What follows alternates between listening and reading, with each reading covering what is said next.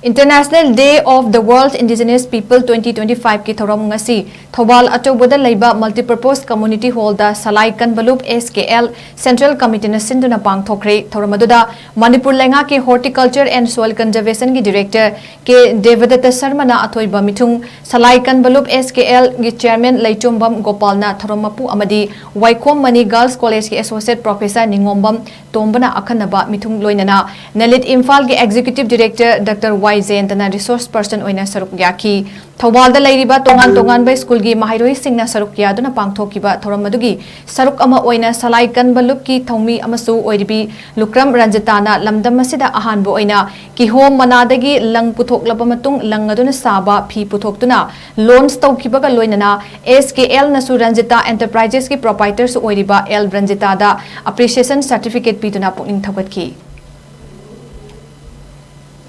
Maintain community malay atau penarang community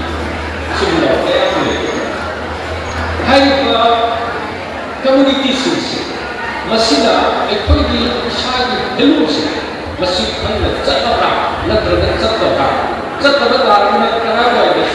lain sih masih kayak koi ada semua itu jangan kayak apa manapun kita manapun sini, mamit laptop, mamit cewek, mapaci, kuri elektrik, betul. Ayah haji begini, mereka yang posisi laptop, nama manipur atau mereka kayu aja. Masih di mereka wajib contoh saja, masih penting Indigenous community, Indigenous people, Indigenous community. Aduh, contoh sekarang ini sih. Aku tidak kenal mereka yang masih losu mereka. Ayi jati yang berupam, ayi mai masuk tanda karena alu